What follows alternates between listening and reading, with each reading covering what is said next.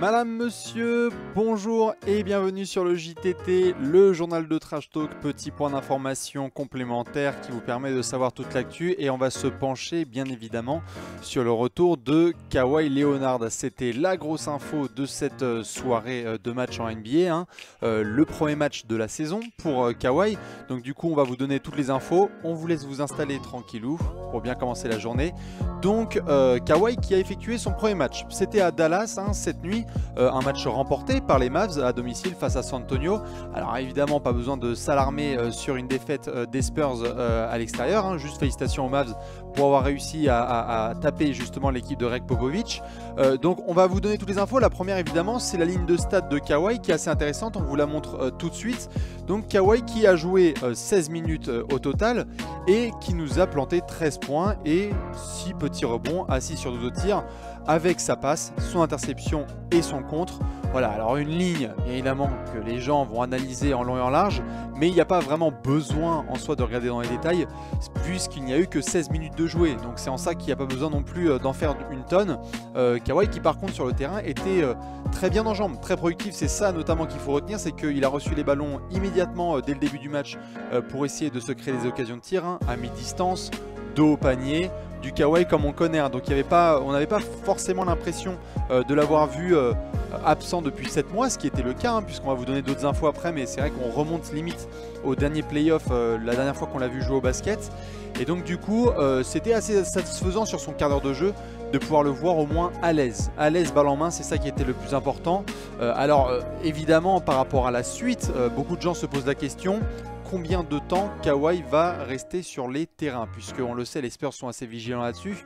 Et justement on vous le montre tout de suite. Eh bien Kawhi normalement, sauf grosse erreur, il devrait être très surveillé au niveau de ses minutes, avec normalement entre 16 et 20 minutes pour commencer de moyenne, puis on montera petit à petit vers la trentaine.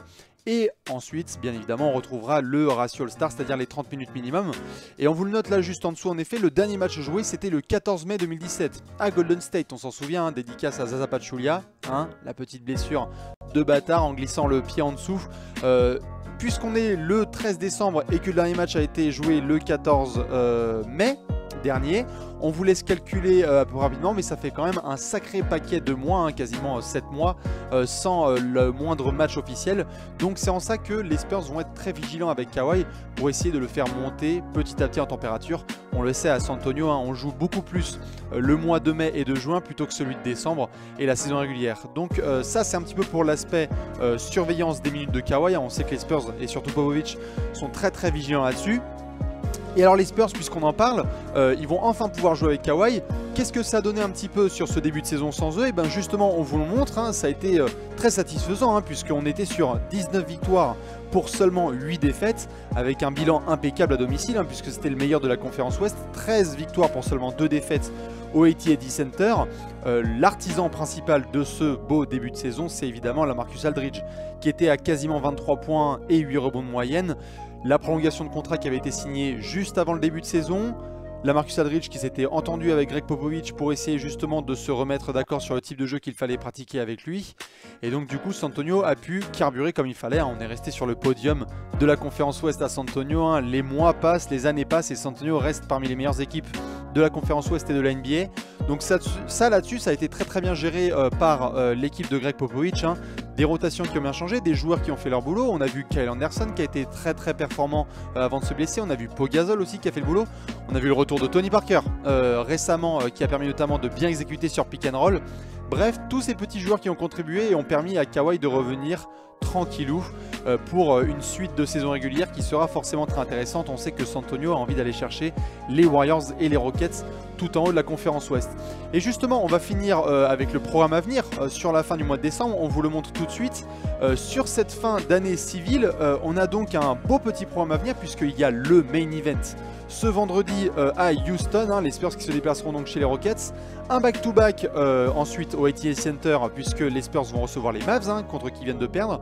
Et justement, on vous met à chaque fois les back-to-back. Il n'y en a que 2 là sur le mois de décembre. Pourquoi? Parce que dans le cadre du dossier Kawhi Leonard, c'est évidemment très important. On sait que les Spurs vont être vigilants sur ce genre de choses, hein, avec les back-to-back. Ils vont certainement pas faire jouer Kawhi dessus, ou alors sur un petit temps de jeu. Sur les autres petites affiches, vous l'avez vu, hein, après il y a des petites équipes, on sait qu'il y a les Nets et les Knicks qui vont tomber sur le programme. Ça terminera avec les Pistons, hein, l'année 2017. Donc le programme qui devrait être assez sympa et Kawhi qui va préchauffer pour arriver normalement vers le mois de janvier à sa 30aine de minutes de jeu, ce qui est à peu près prévu pour lui, hein, puisque l'année dernière il était au-delà des 30 minutes de jeu et il faisait sa production de MVP. Voilà un petit peu pour le point information sur Kawhi Leonard. Ça y est, il est de retour. On l'attendait depuis tellement longtemps que forcément ça fait plaisir, que ce soit les membres de la Spurs Nation comme les simples fans du joueur et de basket, hein, puisqu'il reste quand même sur 2 saisons absolument formidables. On va suivre bien évidemment sa réintégration chez les Spurs, lui physiquement comment il se sent, et puis on sait qu'avec Gregg Popovich normalement tout ça va être assez bien géré. Donc du coup n'hésitez pas à aller sur Trash Talk, le site, hein, évidemment on vous mettra les liens dans la description de cette vidéo pour lire notamment l'article qui a été réalisé sur le match de Kawhi Leonard, son premier. Nous on se donne évidemment rendez-vous ce vendredi pour le match suivant, hein, qui sera contre Houston, un main event à ne surtout pas louper avec James Harden et peut-être Kawhi Leonard. Nous on se prend un petit café, on vous souhaite une excellente journée et à très vite au prochain JTT. Ciao!